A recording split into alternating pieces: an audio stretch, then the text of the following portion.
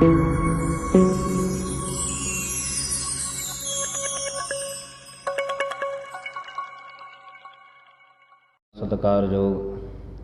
सतगुरां दी साजी निवाजी गुरु रूप प्यारी गुरु सवारी साध संगत जी, आप सारियां संगतां ਅੰਮ੍ਰਿਤ ਵੇਲੇ ਨੂੰ ਮੁੱਖ ਰੱਖਦਿਆਂ ਗੁਰੂ ਦਰਬਾਰ ਦੇ ਵਿੱਚ ਆਪੋ ਆਪਣੀਆਂ ਹਾਜ਼ਰੀਆਂ ਭਰਨ ਦੇ ਯਤਨ ਕੀਤੇ ਹਨ। ਸਤਿਗੁਰੂ ਮਹਾਰਾਜ ਜੀ ਰਹਿਮਤ ਦੇ ਘਰ ਵਿੱਚ ਆ ਕੇ ਬਖਸ਼ਿੰਦ ਪਰਮਾਤਮਾ ਕਿਰਪਾ ਕਰਦੇ ਨੇ। ਉਹਨਾਂ ਦੀ ਕਿਰਪਾ ਸਦਕਾ ਸਤ ਸੰਗਤ ਦੀਆਂ ਘੜੀਆਂ ਪ੍ਰਾਪਤ ਹੁੰਦੀਆਂ ਹਨ ਔਰ ਜਿਹੜੇ ਸਰੀਰ ਪਰਮਾਤਮਾ ਦਾ ਨਾਮ ਜਪਦੇ ਨੇ, ਸਭ ਤੋਂ ਮੇਨ ਮਨੋਰਥ ਕਿ ਉਹਨਾਂ ਦੇ ਅੰਦਰ ਪਰਮਾਤਮਾ ਇੱਕ ਵਿਸ਼ਾਲ ਹਿਰਦੇ ਵਾਲਾ ਉਸ ਸਰੀਰ ਨੂੰ ਬਣਾ ਦਿੰਦੇ ਨੇ ਕਿ ਹਰ ਇੱਕ ਨੂੰ ਬਖਸ਼ਣ ਦੀ ਉਹ ਸਮਰੱਥਾ ਆਪਣੇ ਅੰਦਰ ਰੱਖਦੇ ਨੇ। ਕਿਉਂਕਿ ਜੀਵਨ ਕਾਲ ਦੇ ਅੰਦਰ ਸਜ਼ਾ ਦੇਣ ਵਾਸਤੇ ਦੁਨੀਆ ਹੈ, ਕਾਨੂੰਨ ਹੈ, ਹੱਥ ਕੜੀਆਂ ਨੇ, ਜੇਲ੍ਹ ਖਾਨੇ ਨੇ। ਸਮਾਜ ਦੇ ਵਿੱਚ ਬੜੀਆਂ ਜਗ੍ਹਾ ਇਹੋ ਜਿਹੀਆਂ ਬਣੀਆਂ ਨੇ ਜਿਹੜੀਆਂ ਮਨੁੱਖ ਨੂੰ ਹਰ ਇੱਕ ਗਲਤੀ ਦੀ ਸਜ਼ਾ ਦਿੰਦੀਆਂ ਹਨ। ਹਰ ਇੱਕ ਗਲਤੀ ਦੀ ਸਜ਼ਾ ਦੁਨੀਆ ਦੇ ਹਰ ਇੱਕ ਕੋਨੇ 'ਤੇ ਬੰਦੇ ਨੂੰ ਮਿਲਦੀ ਹੈ। ਜਿਸ 'ਤੇ ਮਹਾਨ ਬਖਸ਼ਿਸ਼ ਪਰਮਾਤਮਾ ਦੀ ਹੈ, ਬਖਸ਼ਿੰਦ ਪਰਮਾਤਮਾ ਉਹਨੂੰ ਬਖਸ਼ਣਹਾਰਾ ਪਰਮਾਤਮਾ ਬਖਸ਼ਣਹਾਰਾ ਹੀ ਬਣਾ ਦਿੰਦੇ ਨੇ। ਪਰਮਾਤਮਾ ਜਦ ਵੀ ਕਿਰਪਾ ਕਰਦੇ ਨੇ ਤੇ ਉਹਨੂੰ ਬਖਸ਼ਣਹਾਰਾ ਬਣਾ ਦਿੰਦੇ ਨੇ। ਤੇ ਜਿਸ 'ਤੇ ਪਰਮਾਤਮਾ ਦੀ ਕਿਰਪਾ ਹੈ ਉਹਦੀ ਸ਼ਰਨ ਦੇ ਵਿੱਚ ਭਾਵੇਂ ਚੋਰ ਆਵੇ, ਭਾਵੇਂ ਡਾਕੂ ਆਵੇ, ਦੁਰਾਚਾਰ ਕਰਨ ਵਾਲਾ ਆਵੇ, ਅਤਿਆਚਾਰ ਕਰਨ ਵਾਲਾ ਆਵੇ, ਉਹ ਹਮੇਸ਼ਾ ਹੀ ਬਖਸ਼ਦੇ ਰਹਿੰਦੇ ਨੇ, ਹਮੇਸ਼ਾ ਬਖਸ਼ਦੇ ਰਹਿੰਦੇ ਨੇ। ਜਿਸ ਦੇ ਅੰਦਰ ਕਿਸੇ ਨੂੰ ਬਖਸ਼ਣ ਦੀ ਸਮਰੱਥਾ ਹੈ ਤਾਂ ਸਮਝ ਲੈਣਾ ਕਿ ਪਰਮਾਤਮਾ ਦੀ ਮਹਾਨ ਬਖਸ਼ਿਸ਼ ਸਰੀਰ 'ਤੇ ਹੋਈ ਹੋਈ ਹੈ। ਕਿਉਂਕਿ ਪਰਮਾਤਮਾ ਦੀ ਬਖਸ਼ਿਸ਼ ਤੋਂ ਬਿਨਾਂ ਕਿਸੇ ਨੂੰ ਬਖਸ਼ਿਆ ਨਹੀਂ ਜਾ ਸਕਦਾ। ਐਸੀ ਜਗ੍ਹਾ, ਐਸਾ ਸਰੀਰ ਹਰ ਇੱਕ ਜਗ੍ਹਾ 'ਤੇ ਨਹੀਂ ਮਿਲਦਾ। ਸਜ਼ਾਵਾਂ ਦੇਣ ਵਾਲੇ ਸਰੀਰ ਕੋਨੇ ਕੋਨੇ 'ਤੇ ਦੁਨੀਆ ਦੇ ਖੜੇ ਹਨ, ਕੋਨੇ ਕੋਨੇ 'ਤੇ। ਕਿ ਤੂੰ ਇੱਕ ਵਾਰ ਗਲਤੀ ਕਰਕੇ ਤੇ ਦੇਖ, ਤੈਨੂੰ ਸਜ਼ਾ ਦੇਣ ਵਾਸਤੇ ਖੜੇ ਆ। ਕੋਈ ਵਿਰਲਾ ਵਾਂਝਾ ਲੱਖਾਂ ਕਰੋੜਾਂ ਦੀ ਤਾਦਾਦ ਦੇ ਵਿੱਚ ਸਰੀਰ ਖੜੇ ਹੋਣ, ਇੱਕ ਅੱਧਾ ਕਿਤੇ ਸਰੀਰ ਹੋਊਗਾ ਜਿਹੜਾ ਕਹੇਗਾ ਕਿ ਤੂੰ ਗਲਤੀ ਕਰ, ਮੈਂ ਤੈਨੂੰ ਬਖਸ਼ਣ ਵਾਸਤੇ ਖੜਾ। ਬਖਸ਼ਣਾ ਕਿਸੇ ਨੂੰ, ਕਿਉਂਕਿ ਇਹ ਦਇਆ ਕਿਸੇ 'ਤੇ ਕਰਨੀ, ਇਹ ਵਿਰਲੇ ਵਾਂਝੇ ਮਨੁੱਖ ਦੇ ਹਿੱਸੇ ਦੇ ਵਿੱਚ ਵਸਤੂ ਆਈ ਹੈ। ਹਰ ਇੱਕ ਮਨੁੱਖ ਐਸਾ ਨਹੀਂ ਕਰ ਸਕਦਾ। ਵਰਨਾ ਮਨੁੱਖ 'ਤੇ ਆਇਆ ਤੇ ਗੁਣ ਸਿਮਰਨ ਬੰਦਗੀ ਕਰਨ ਵਾਸਤੇ ਸੀ, ਗੁਣ ਧਾਰਨ ਕਰਨ ਵਾਸਤੇ ਆਇਆ ਸੀ। ਮਨੁੱਖ 'ਤੇ ਕਿਸੇ ਦੇ ਅਵਗੁਣਾਂ ਦੀਆਂ ਰੂੜੀ ਨੂੰ ਫਰੋਲ ਫਰੋਲ ਕੇ ਉਸ ਦੇ ਵਿੱਚੋਂ ਹਵਾੜ ਲੈਂਦਾ ਰਹਿੰਦਾ ਸਾਰੀ ਜ਼ਿੰਦਗੀ। ਸਾਰੀ ਜ਼ਿੰਦਗੀ ਇੱਕ ਦੂਸਰੇ ਨੂੰ ਬੜਾ ਗਹਿਰਾ ਦੇਖਦੇ ਨੇ। ਕਿਸੇ ਬੰਦੇ ਦਾ ਇੱਕ ਅਵਗੁਣ ਨਜ਼ਰ ਆਵੇ ਤੇ ਉਸ ਨੂੰ ਬੜਾ ਗਹਿਰਾ ਦੇਖ ਕੇ ਫਿਰ ਪਤਾ ਕਰਦੇ ਨੇ ਕਿ ਇਹਦੇ ਵਿੱਚ ਕਿੰਨੇ ਕੁ ਅਵਗੁਣ ਨੇ, ਕਿੰਨੇ ਕੁ ਅਵਗੁਣ ਨੇ, ਔਰ ਉਸ ਨੂੰ ਬੜਾ ਗਹਿਰਾ ਦੇਖਣਾ ਤੇ ਅਵਗੁਣਾਂ ਦੀ ਹਵਾੜ ਲੈਣ ਦੇ ਬਰਾਬਰ ਹੈ।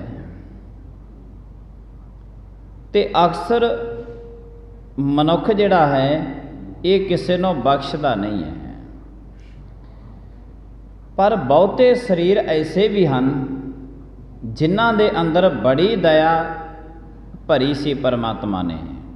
ਸ਼ੇਰੇ ਪੰਜਾਬ ਮਹਾਰਾਜਾ ਰਣਜੀਤ ਸਿੰਘ ਦਾ ਜੀਵਨ बड़ा सुचज्जा जीवन सी। शायद ही कोई राजा महाराजा ऐसा होया होवे जिहड़ा कोई महाराजा रणजीत सिंह वर्गा राज भाग तख्त तैज कायम कर सकिया होवे। लाहौर दे अंदर सूदर नाम का एक बहुत मशहूर डाकू सी, बहुत मशहूर। ते वो मशहूर डाकू अमीरां दे उन्हें घरां दे विचों धन लुटना ते गरीबां दे घरां च वंड दिंदा सी। जिन्ने अमीर लोग नगर कस्बियां दे विच हुंदे सन उन्हां दे रात नूं डाका मारना, उन्हां दा सारा कुछ लुट के गरीबां विच वंड देना। ते वो बड़ा मशहूर हो गया सी। मशहूर इस करके होया सी कि जिहदे घर दे विच भोजन पानी बच्चों नूं नहीं मिलता सी, उस डाकू की वजह कारण करके हर एक मनुख सी जिहड़ा रज के भोजन खांदा सी, उहदी वजह करके। भावें वो लिआउंदा डाका मार के सी पर गरीबां की मदद करदा सी। इसे कारण करके उहदा नाम सी जिहड़ा बड़ा मशहूर हो गया लाहौर एरिए दे विच। ते उहनूं पकड़ना तो सीगा जो डाके जो मारदा सी। महाराजा रणजीत सिंह कोले बड़ियां शिकायतां पहुंचियां कि महाराजा साहब ये बड़ा वड्डा डाकू बन चुकिया है, बड़े डाके मारदा है, तुसीं इहनूं पकड़ो। ते महाराजा रणजीत सिंह ने एक ढंडोरा दवाया, कहन लगे भाई जिहड़ा सूदर सिंह डाकू नूं पकड़ के साडे कोल लेके आऊगा ना, उहनूं असीं 5 पिंडां दीआं जगीरां देवांगे। 5 पिंडां दीआं जगीरां देवांगे। उन्हां समयां दे विच ज़्यादातर जिहड़े सी जां ते जमीनां ते जां जिहड़े सीगे पदार्थ दिते जाते होंदे सी, अनाज दिता जाता होंदा सी उन्हां समयां दे विच।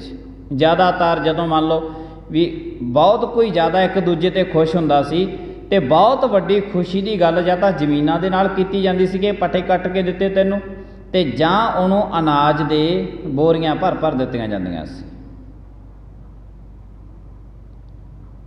बहुत वड्डी खुशी। ते जदों ये सूदर डाकू नूं पता लग्या कि महाराजा रणजीत सिंह ने पिंडां दे विच ये चीज़ ढंडोरा दिता होया है कि 5 पिंडां दी जमीन देऊँगा, ते महाराजा रणजीत सिंह दे उल्ट उस डाकू ने की कीता, कहंदा भी जिहड़ा बंदा महाराजा रणजीत सिंह नूं बन के मेरे कोल लैके आऊगा, मैं सारे दे सारे लाहौर दे तख्त ताज ते उस बंदे नूं बिठाऊंगा। वो डाकू ने सारे पिंडां दे विच लिख लिख के ला दिता कि जिहड़ा महाराजा रणजीत सिंह नूं पकड़ के मेरे कोले लैके आऊगा, मैं लाहौर दे तख्त ते उस बंदे नूं बिठा दूंगा। क्योंकि डाकू भी बड़ा मशहूर सी।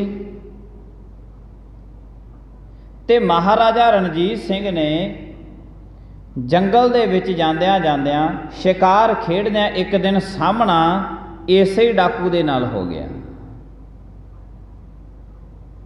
बड़े बड़े डाके मारदा सी, लोग बड़े औखे सन, खास करके अमीर घराणिਆਂ ਦੇ लोग। ते सामना हो गया। ते जदों सामना होया ते इस डाकू नूं नहीं पता सी कि अज जिहदे नाल मेरा सामना होया ये शेरे पंजाब महाराजा रणजीत सिंह ने। ते उत्थे आपस विच दी विचारधारा चली। कहंदे डाकू जी तुसीं ये चीज़ का ढंडोरा लाया होया कि जिहड़ा कोई सानू महाराजा रणजीत सिंह नूं पकड़ के लेके आऊगा, असीं उहनूं लाहौर दे तख्त ते बिठावांगे। कहंदा हाँ। फौजां दोनों दियां आपस विच दी खड़ियां ने। कुछ विचारधारा तो बाद चलो कहंदे इंज कर कि तू मेरे नाल ही जंग लड़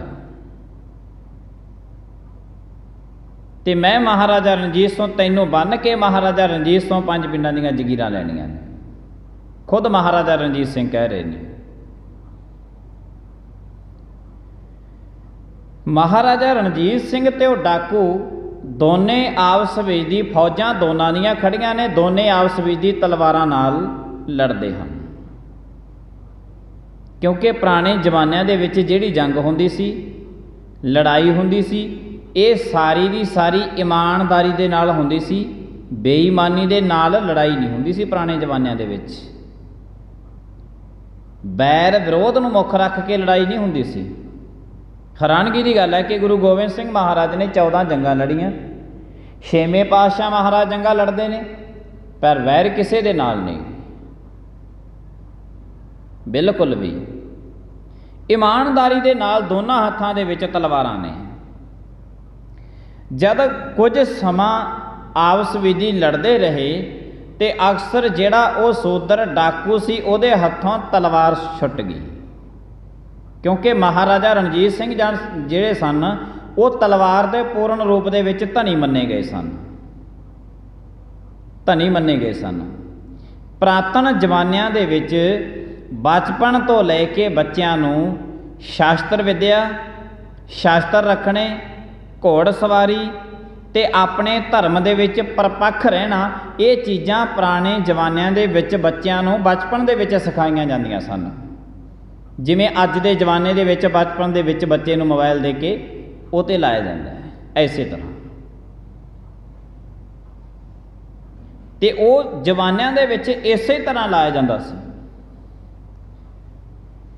ਉਹਨਾਂ ਨੂੰ ਲਾਇਆ ਜਾਂਦਾ ਸੀ। ਤੇ ਉਹ महाराजा रणजीत सिंह सन ਜਿਹੜੇ ਇਹਨਾਂ ने घोड़ सवारी, तलवार चलाउणी, तीर चलाने, ये सारा कुछ महाराजा रणजीत सिंह ने बचपन दे विच सिੱਖਿਆ ਹੁੰਦਾ ਸੀ। क्योंकि ਪਹਿਲਾਂ ਜ਼ਮਾਨਿਆਂ ਦੇ ਵਿੱਚ ਇਹ ਹੁੰਦੀ ਸੀ कि जे दुश्मन कोले तलवार है तो आप भी तलवार दे नाल ही जंग करनी है, अगाहां तो राइफल नहीं चक सकते सन। असूल हुंदा सी ये लड़ाइयां करन दा, ये असूल रखे हुए सन। जिहड़ी चीज़ जिहड़ा हथियार दुश्मन कोले है उही हथियार दे नाल आपसी जिहड़ी जंग लड़नी पैंदी सी, उहदे नाल उसे ही शस्त्र की वरतों करनी पैंदी सी, बड़ी ईमानदारी दे नाल। ते उन्होंने जद ये डाकू दे हथों तलवार सुट गई तो महाराजा रणजीत सिंह ने अपनी तलवार रोक ली, अपनी तलवार रोक ली। तो जद अपनी तलवार महाराजा रणजीत सिंह ने रोक ली, उस वक्त इस डाकू दियां जिहड़ियां सी बाहां पिछां करके बन लईआं कि चल तैनूं महाराजा रणजीत सिंह के दरबार दे विच हुण लैके जाने हैं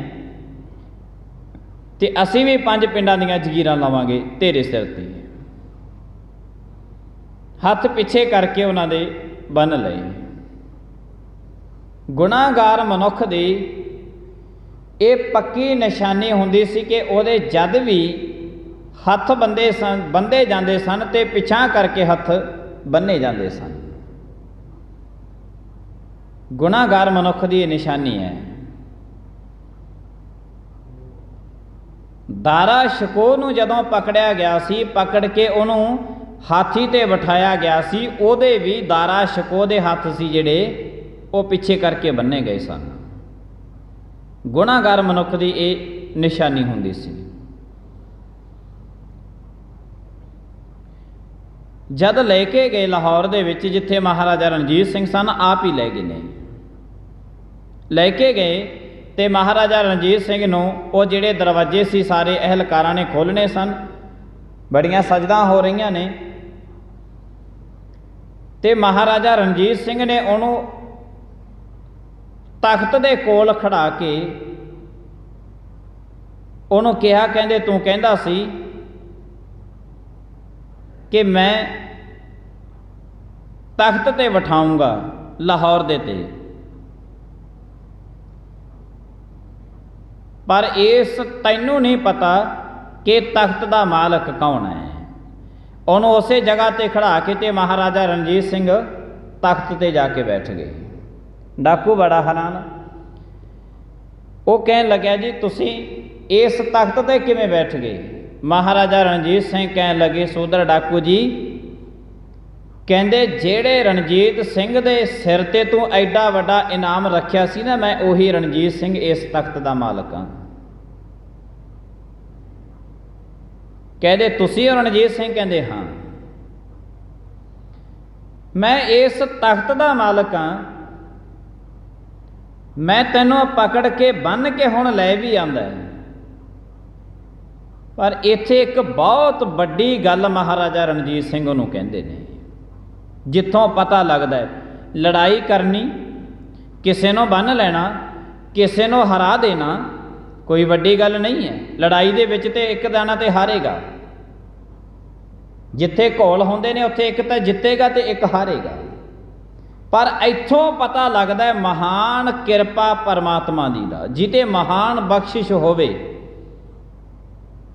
ਮਹਾਰਾਜਾ ਰਣਜੀਤ ਸਿੰਘ ਜੀ ਕਹਿਣ ਲੱਗੇ, ਮੈਂ ਐਸੇ ਹੀ ਤਖਤ ਦਾ ਮਾਲਕ ਰਣਜੀਤ ਸਿੰਘ ਹੈ, ਐਸੇ ਤਖਤ ਤੇ ਬੈਠਾ ਹੈ, ਤੂੰ ਬਹੁਤ ਵੱਡੇ ਵੱਡੇ ਡਾਕੇ ਮਾਰੇ ਨੇ, ਬੜੇ ਵੱਡੇ ਵੱਡੇ ਡਾਕੇ ਲੰਮੇ ਟਾਈਮ ਤੋਂ ਲੈ ਕੇ ਮਾਰਦਾ ਆ ਰਿਹਾ ਹੈ। ਹੁਣ ਤੈਨੂੰ ਇਸ ਤਖਤ ਦਾ ਮਾਲਕ ਰਣਜੀਤ ਸਿੰਘ ਪੁੱਛਦਾ ਹੈ ਕਿ ਹੁਣ ਦੱਸ ਕੇ ਤੂੰ ਅੱਜ ਤੋਂ ਬਾਅਦ ਡਾਕੇ ਮਾਰਨੇ ਛੱਡੇਗਾ ਜਾਂ ਨਹੀਂ ਛੱਡਦਾ? ਛੱਡੇਗਾ ਜਾਂ ਨਹੀਂ ਛੱਡੇਗਾ?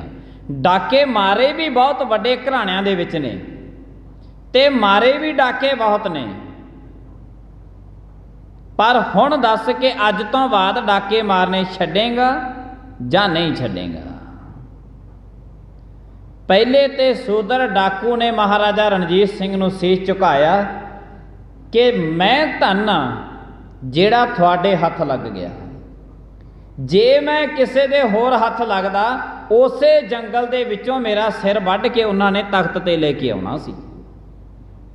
ਪਹਿਲਾ ਪੁਆਇੰਟ ਤੇ ਮਹਾਰਾਜਾ ਰਣਜੀਤ ਸਿੰਘ ਨੇ ਉਹਨੂੰ ਖਤਮ ਨਹੀਂ ਕੀਤਾ। ਇਹ ਪਰਮਾਤਮਾ ਦੀ ਮਹਾਨ ਬਖਸ਼ਿਸ਼ ਦੀ ਕਿਰਪਾ, ਜਿਹਨੂੰ ਅਸੀਂ ਜਿਹਦੇ ਕਹਿ ਦਿੰਦੇ ਕਿ ਪਰਮਾਤਮਾ ਦੀ ਕਿਰਪਾ ਹੈ। ਐਡੇ ਵੱਡੇ ਡਾਕੂ ਦੇ ਨਾਲ ਉਹਨੂੰ ਪਕੜ ਵੀ ਲਿਆ, ਉਹਦੇ ਨਾਲ ਜੰਗ ਵੀ ਕੀਤੀ, ਪਕੜ ਵੀ ਲਿਆ, ਪਰ ਗਜਬ ਦੀ ਗੱਲ ਹੈ ਕਿ ਉਹਨੂੰ ਕੁਝ ਵੀ ਨਹੀਂ ਆਖਿਆ। 5 ਪਿੰਡਾਂ ਦੀਆਂ ਜਗੀਰਾਂ ਦਾ ਇਨਾਮ ਸੀ ਉਹਦੇ ਸਿਰ ਤੇ। ਤੇ ਅੱਜ ਕੱਲ੍ਹ ਤੇ ਬੰਦਾ ਚੰਨ ਰੁਪਈਆਂ ਵਾਸਤੇ ਕੁਛ ਕਰ ਦਿੰਦਾ ਹੈ, ਚੰਨ ਰੁਪਈਆਂ ਵਾਸਤੇ, ਚੰਨ ਰੁਪਈਆਂ ਵਾਸਤੇ ਅੱਜ ਕੱਲ੍ਹ ਬੰਦਾ ਇੰਨਾ ਕੁਛ ਕਰ ਦਿੰਦਾ ਹੈ। 5 ਪਿੰਡਾਂ ਦੀਆਂ ਜਗੀਰਾਂ ਇਨਾਮ, ਇੱਕ ਪਾਸੇ ਕਿਸੇ ਦੀ ਜਾਨ। ਕਹਿੰਦਾ ਪਹਿਲੇ ਤੇ ਮੈਂ ਧੰਨਾ ਉਹ ਡਾਕੂ ਕਹਿਣ ਲੱਗਿਆ ਜਿਹੜਾ ਸ਼ੇਰੇ ਪੰਜਾਬ ਮਹਾਰਾਜਾ ਰਣਜੀਤ ਸਿੰਘ ਦੇ ਮੈਂ ਹੱਥ ਲੱਗਿਆ। ਜੇ ਕੋਈ ਹੋਰ ਹੁੰਦਾ ਨਾ ਤੁਹਾਡੀ ਜਗ੍ਹਾ ਤੇ, ਉਹਨੇ ਮੈਨੂੰ ਖਤਮ ਕਰਕੇ ਮੇਰਾ ਧੜ ਜੰਗਲ ਵਿੱਚ ਸੁੱਟ ਕੇ ਤੇ ਸਿਰ ਇੱਥੇ ਲੈ ਕੇ ਆਉਣਾ ਸੀ, ਜੇ ਕੋਈ ਹੋਰ ਹੁੰਦਾ। ਇੱਥੋਂ ਪਤਾ ਲੱਗਦਾ ਪਰਮਾਤਮਾ ਦੀ ਬਖਸ਼ਿਸ਼ ਦਾ। ਮਹਾਰਾਜਾ ਰਣਜੀਤ ਸਿੰਘ ਕਹਿਣ ਲੱਗੇ, ਅੱਜ ਤੋਂ ਬਾਅਦ ਦੱਸ ਕੇ ਤੂੰ ਡਾਕੇ ਮਾਰਨੇ ਛੱਡੇਗਾ ਜਾਂ ਨਹੀਂ ਛੱਡਦਾ? ਤੇ ਉਹ ਡਾਕੂ ਕਹਿਣ ਲੱਗਿਆ, ਐ ਮਹਾਰਾਜਾ ਰਣਜੀਤ ਸਿੰਘ, ਤੁਸੀਂ ਮੇਰੀ ਜਾਨ ਬਖਸ਼ੀ ਹੈ, ਮੈਂ ਅੱਜ ਤੋਂ ਬਾਅਦ ਇਹ ਡਾਕੇ ਮਾਰਨੇ ਬਿਲਕੁਲ ਬੰਦ ਕਰਦਾ, ਬਿਲਕੁਲ ਬੰਦ ਕਰਦਾ। ਕਹਿੰਦੇ ਚਲੋ ਠੀਕ ਹੈ, ਜੇ ਤੂੰ ਇਹ ਡਾਕੇ ਮਾਰਨੇ ਬੰਦ ਕਰਦਾ ਹੈ ਤੇ ਅਸੀਂ ਵੀ ਅੱਜ ਤੋਂ ਬਾਅਦ ਤੈਨੂੰ ਕੁਝ ਨਹੀਂ ਕਵਾਂਗੇ, ਤੇਰੀ ਜਾਨ ਬਖਸ਼ ਦਿੱਤੀ। ਦੂਜੀ ਵਾਰ, ਦੂਜਾ ਪੁਆਇੰਟ, ਠੀਕ ਹੈ ਚਲੋ ਜੇ ਤੂੰ ਆਪਣਾ ਮੰਨ ਲਿਆ ਗੁਨਾਹ, ਅੱਜ ਤੋਂ ਬਾਅਦ ਨਹੀਂ ਕਰੇਗਾ। ਜਿਹੜੇ ਗੁਨਾਹ ਕੀਤੇ ਨੇ ਕੋਈ ਸਜ਼ਾ ਨਹੀਂ ਦਿੱਤੀ, ਕੋਈ ਸਜ਼ਾ ਨਹੀਂ ਦਿੱਤੀ।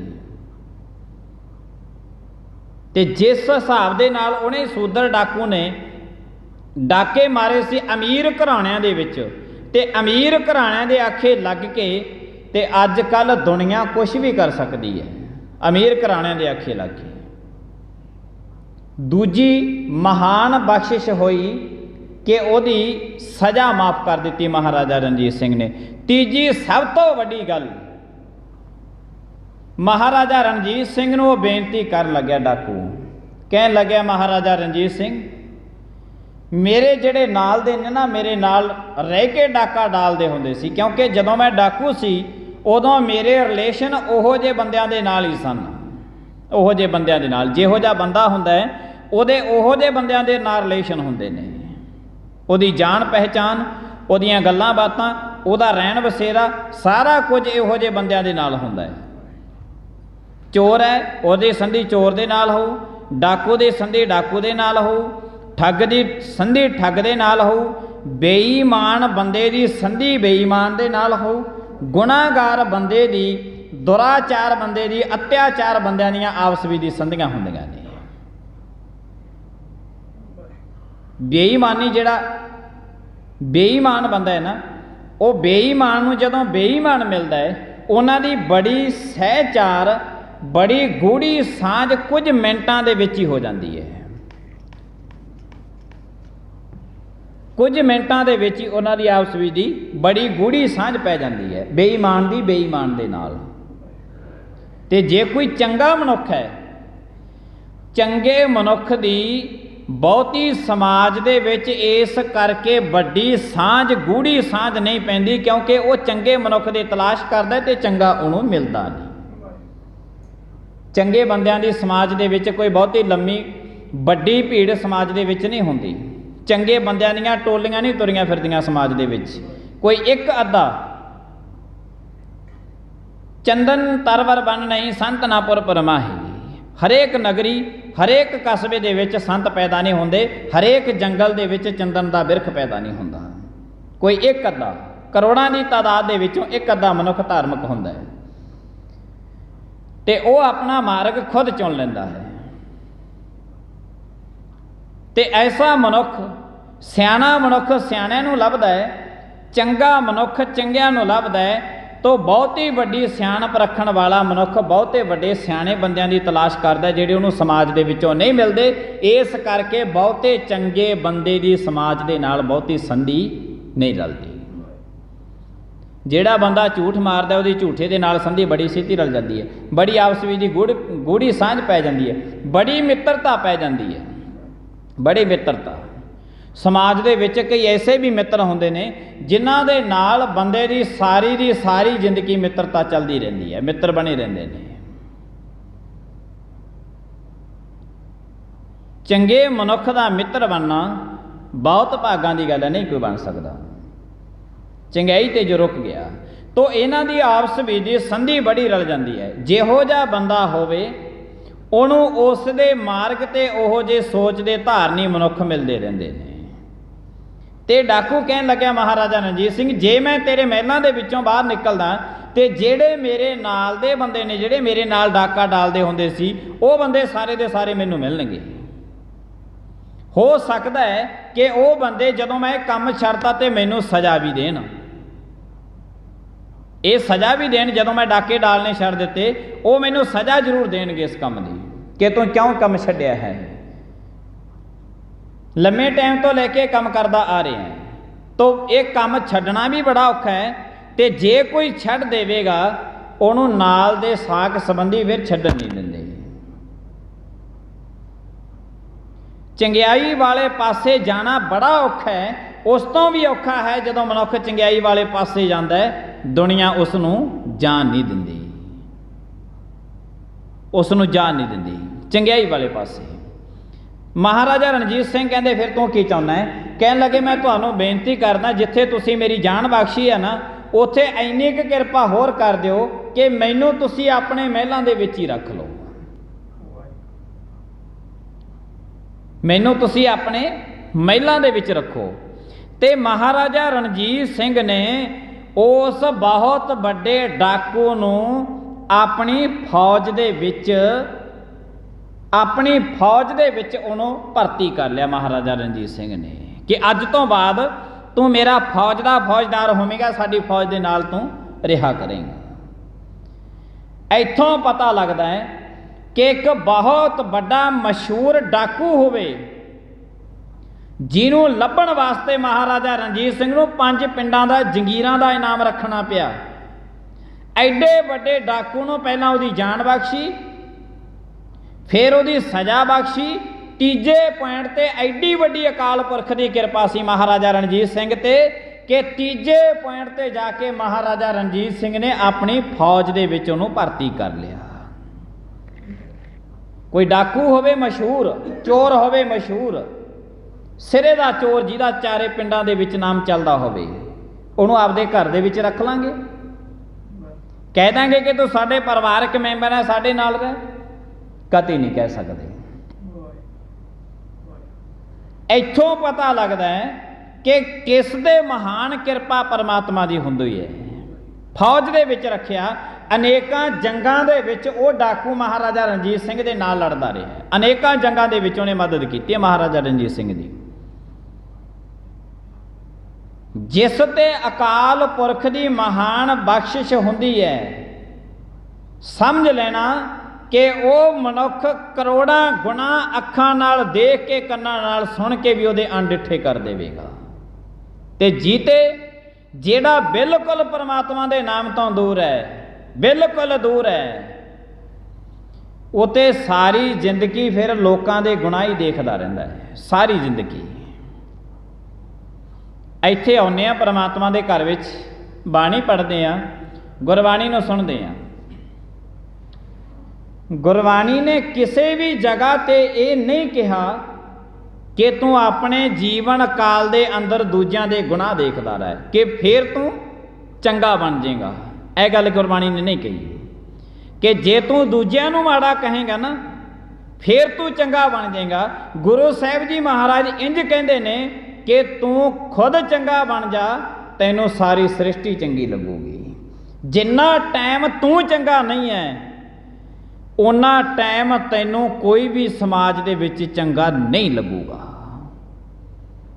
एक है हम नहीं चंगे बुरा नहीं कोई, ये अवस्था बना अपनी। जिस दिन ये अवस्था बन गई उस दिन परमात्मा की महान बख्शिश तेरे ते होवेगी।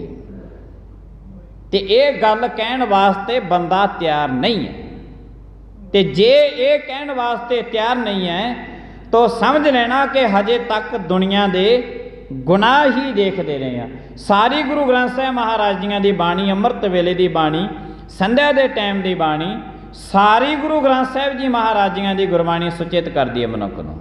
ऐ मनुख अपने आप नूं जे बहुता चंगा समझेगा तेनों सारे दे सारे गुनाहगार नजर आउणगे। अपने आप को बुरा समझेगा कण कण दे विचों तैनूं परमात्मा का रूप नजर आऊगा। सतगुरु महाराज जी तो यही कहते हैं कि इत्थे इसे जगह ते तू यही ज्ञान लैण वास्ते परमात्मा के घर दे विच आउणा है। 2 टाइम आउणा है, 3 टाइम आउणा है, बाणी पढ़दा है, बाणी सुनदा है।